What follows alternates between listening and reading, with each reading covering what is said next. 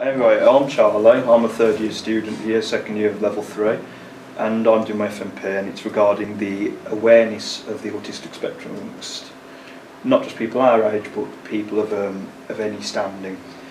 So have any of you got any idea what your interpretation at all is of what is the autistic spectrum? It's not autism, my own autism per se, that has been the biggest factor in it, as much as the awareness of the people who have been crucial in my life, such as teachers and other members of staff at college and school, who have been important in my development as a person, but not always through positive means. It wasn't really until Charlie was about 4, having had 2 other children previously, although they were girls, just thought, oh, perhaps it's a boy thing, but never really noticed any major differences, problems until Charlie got to about 4, when he started nursery and school.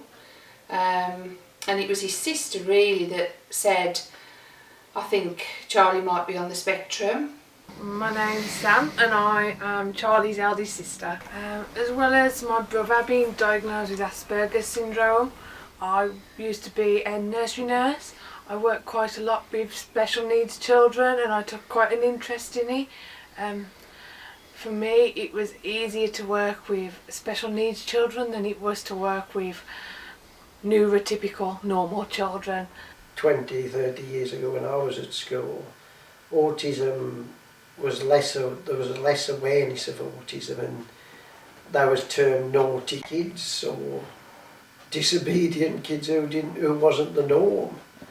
You know, because I would imagine everybody's got traits of autism.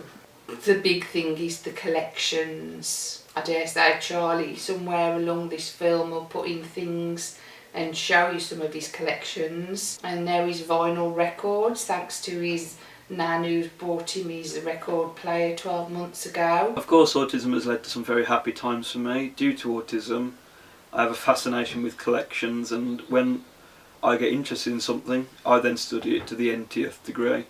For example, I'm a West Brom season ticket holder. I'm a devout supporter of the Green Bay Packers American football team. I have a love for Doctor Who. I have a love for Lego.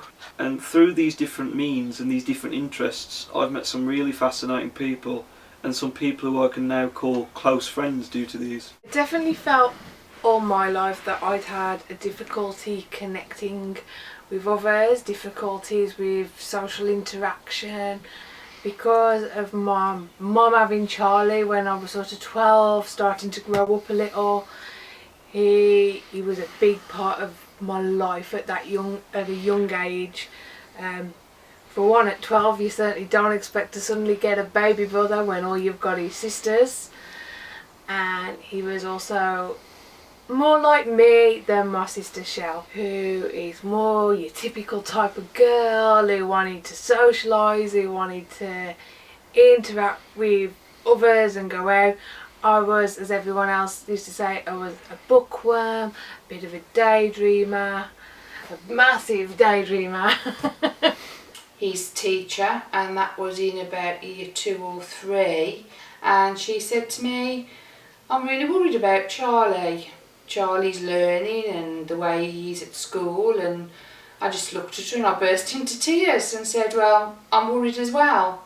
And that was when we really started to look at how we could get diagnosis, what support we could get in place for Charlie. You obviously at times have been really helped by the support, and other times I think you found it a bit of a distraction and a bit of a difficult thing. You're not having, you know, being sort of singled out. Okay, just as a quick exercise, everyone, tying your hands really tight and bring your arms into your body, then close your eyes tight. Then on my mark, after 3, just talk about anything for 60 seconds straight, whether it's what you had for tea last night or how you think the football's going to go. Just talk for anything, and that includes you in the blue shirt at the back. I know you don't want to do this, but you're going to join in. So on my count, 1, 2, 3, The National Autistic Society describe it as sometimes an autistic person may behave in a way that you wouldn't immediately link to sensory sensitivities. A person who struggles to deal with everyday sensory information can experience sensory overload. Too much information can cause stress, anxiety and possibly physical pain. This can result in withdrawal, challenging behaviour or even potentially a meltdown. My favourite anecdote is when it was the nursery play, the Nativity. Charlie was a sheep in the Nativity. He'd be 3-4 at the time. All the little sheep sitting there as good as gold. I'm not a sheep in any sense of the word. I go by my own path and do things my own way. And we got all the sheep, and on come Mary and Joseph looking for Jesus, and I stood up in the middle of the sheep, in the middle of the play. And then there was a little sheep that stood up in the middle of the carols they were singing, and Charlie happened to be into Digimon at the time. I stood up in the middle of the sheep, in the middle of the play, started spinning around. Pulled your ears over your head. Yeah, and shouted, "Augimon, did you evolve into Greymon? Augimon, did you evolve into Greymon?" To the teacher's horror, that suddenly sat him back down and told him to behave, but to the amusement of the whole set of parents in the audience, realising that this was the main sort of thing that made the play, Charlie then suddenly, I think from there, he's always been and found comfortable in the comedy role.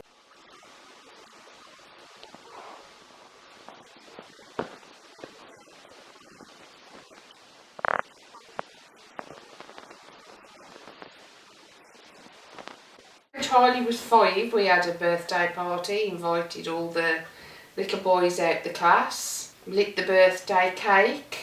Charlie was nowhere to be seen. I had all my presents on the one side of the room, my cake on the other, and I was hiding under the table. Scared. Everybody was singing happy birthday, everybody wanted to have a go at blowing the candles out, and Charlie was under the table crying. So he didn't want the attention, he always shied away from attention, and I think that really was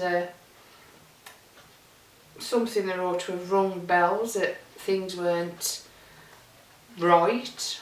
You spend your whole life thinking there's a normal, that there's something you've got to live up to.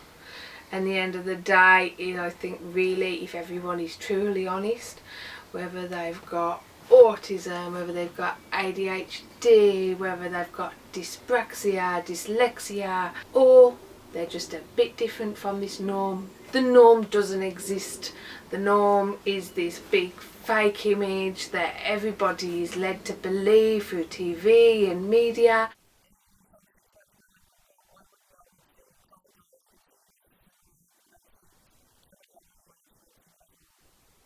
We got a couple of lists out. The Senko went through them with dyspraxia, because that's something that Charlie also struggled with to start with, and Charlie ticked 50 to 75% on both lists. The interventions took place. Support came with the dyspraxia, where Charlie had intensive physiotherapy and learnt fine motor skills as well as gross motor skills, and improved from there. I think really it was the football and ball games with his dad at about the age of 8 or 9 that helped with those and helped him overcome the difficulties that he had with that. You know, because I've got you there, I can obviously see the same sort of traits, and obviously I've got traits of autism, my brother has, but I mean I've only learned that through the experience of having you. There needs to be more awareness so people can understand their situation better and be able to help them better, so they're able to, like, you know, live a normal life as we can and not struggle as much. But unfortunately, because Charlie ticks so many of the boxes, he got discharged from CAMS with, he's just a shy little boy who will make his way and find his place as he goes into senior school. definitely not enough awareness about autism. I think not only just lack of autism awareness, there's a lack of mental health awareness, and especially in the young and the adolescent population.